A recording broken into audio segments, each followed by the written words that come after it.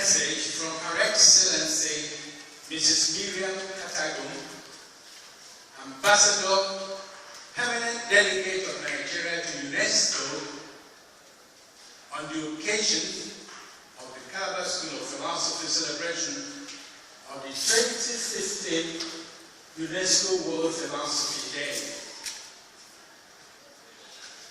Protocol. Distinguished scholars, ladies and gentlemen, let me start by expressing my sincere appreciation to the Calabar School of Philosophy for inviting me to this celebration of the 2015 UNESCO World Philosophy Day. Dr. Jonathan Chimakola, distinguished convener, we commend this initiative as well as the consistency of your intellectual contributions to the field of philosophy, particularly the attention you have given to the African context of the discipline. I would have loved to be physically present, but as you may be aware of, the 38th session of the General Conference ended only yesterday, immediately followed by the 20th General Assembly of the State Parties to the World Heritage Committee. We are also preparing for the United Nations Climate Change Conference coming up in Paris in a couple of days. Nevertheless, I appreciate the opportunity of communicating with you on this important day. It is indeed a great honor for me to present this Goodwill address as a way of adding a voice to a decision maker, to those of many eminent academics and persons here present. Apart from the Speak for Yourself discussion session on how can African philosophy promote peace in Africa on the agenda for today, I understand that radio news commentary and TV sensitization programs are ongoing as I'm speaking to you. The sensitization march around the university has been done earlier this morning. I am particularly glad about the scholarly lecture on the topic Building Knowledge Societies, Blueprint for Black Intellectual Revolution, to be presented, I believe, today. Permit me to say that all these activities are already steps towards answering the main question of the day. How can African philosophy promote peace in Africa? Charity indeed begins at home. The potential of philosophy as a school of freedom and promoter of peace could only be made known through showcasing of the advantages of its teaching and learning around our environment. By not relenting on selling the idea of the community here and beyond, the inherent potentials of critical thinking, logic and ability to question the human mind from falling prey to dogmatic approach and beliefs that chase away the presence of peace will garner support that exceeds the four walls of this academic confine. Outreach is a game of numbers. I therefore enjoin you to keep up and continue to innovate, improve on results of your actions.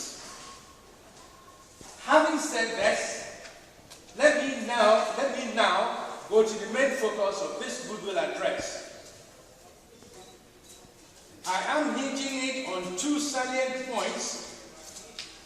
First is to stress the importance of philosophy and the World Philosophy Day from the perspective of UNESCO. The second is to reflect on certain lessons that could be drawn from UNESCO's policy approach in philosophy, as it applies to the question of how African philosophy can promote peace in Africa.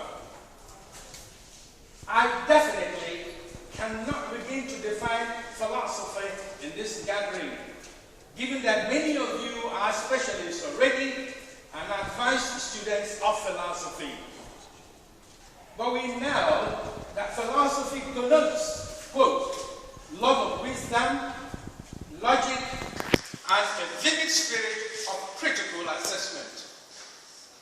Certain scholars refer to it as, quote, some decision people undertake when they seek to understand fundamental truths about themselves, the world in which they live, and their relationship to the world and each other. It is a theory of attitude that acts as a guiding principle for behavior.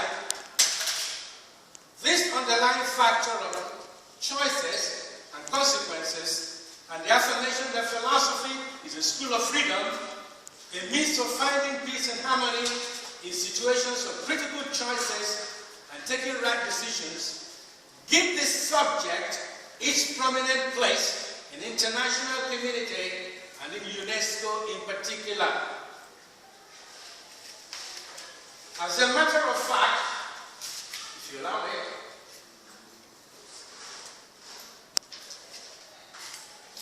as a matter of fact, the overall theme you've chosen for this year's event, quote, building peace in the minds of men and women, unquote, without doubt, has a distinct relevance to the whole existence of UNESCO as a global intellectual body.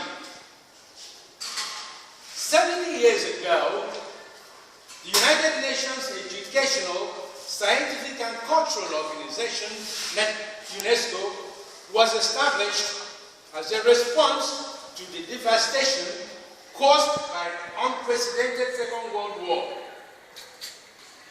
The response is clearly stated in the preamble to the Constitution of the organization states, quote, since wars begin in the minds of men, it is also in the minds of men that the defenses of peace must be constructed, unquote.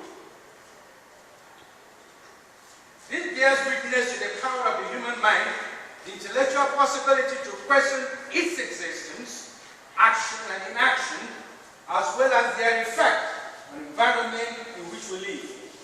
The presence of absence of peace and the ability to aspire to a better future.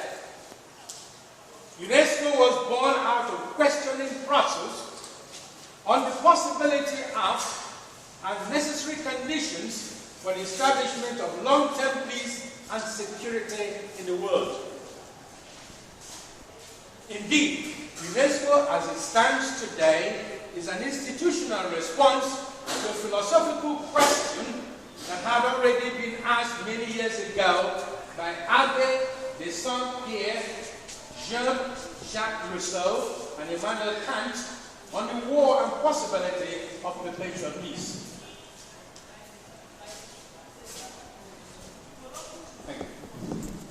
It then suffices to add that there is a synergy, a symbiotic relationship between the idea behind the creation of UNESCO and the world of philosophy as a catalyst to promoting peace.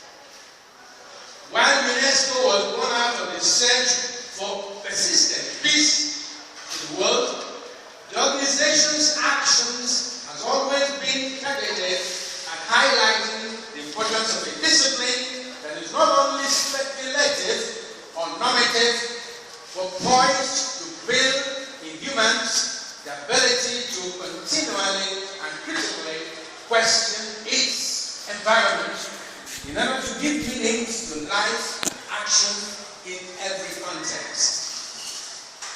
At this particular moment in human history, where new methods of war, violent extremism, and unrest are giving us renewed reasons to critically examine our approach to solving problems. restoring and maintaining peace and peaceful coexistence, the place of philosophy, not only the renewal of individual human minds, but as a collective tool for learning to live together, is more than ever resonant. It is not surprising, therefore, that UNESCO has continued to innovate strategies to harness the potential of philosophy to the business of peace building. One of it, of course, was the adoption in 2005 of a special day to celebrate the World Philosophy Day. As I speak now, a round table is being organized at UNESCO headquarters in Paris as part of this year's celebration of the World Philosophy Day on the theme plurality of languages and places of philosophy. The round table is aimed at addressing three major issues. One, knowledge and dissemination of philosophical thought of non-Western cultures, especially through new technologies.